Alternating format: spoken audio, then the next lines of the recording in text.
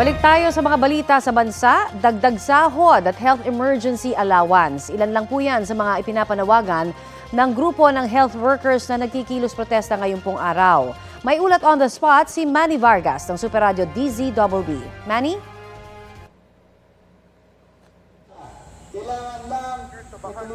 Sa Manila, kasabay ng National Health Workers Day ngayong araw na ito. Binubuo sila ng mga health worker mula sa iba't ibang institusyong medikal sa pampubliko at pribadong pagamutan. Kabilang sa mga hinaing na kanilang isinusulong ay ang patuloy na pagkabiti ng health emergency allowance, lalo na sa mga medical personnel ng pribadong ospital. Dagdag sahod at pagalaan ng plantilya o regular na posisyon naman ang pinananawagan ng mga kontraktual na tauhan ng pampublikong pagamutan na sumama sa protesta. Nabatid ang orihinal plano ng mga nagkilos protesta na mga health worker ay magmarcha mula Espanya Boulevard patungong Menjola upang doon magsagawa ng programa.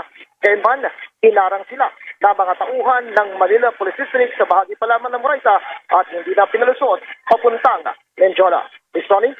Maraming salamat, Manny Vargas ng Super Radio DZBB. Kapuso, para sa mga maiinit na balita, mag-subscribe sa GMA Integrated News sa YouTube.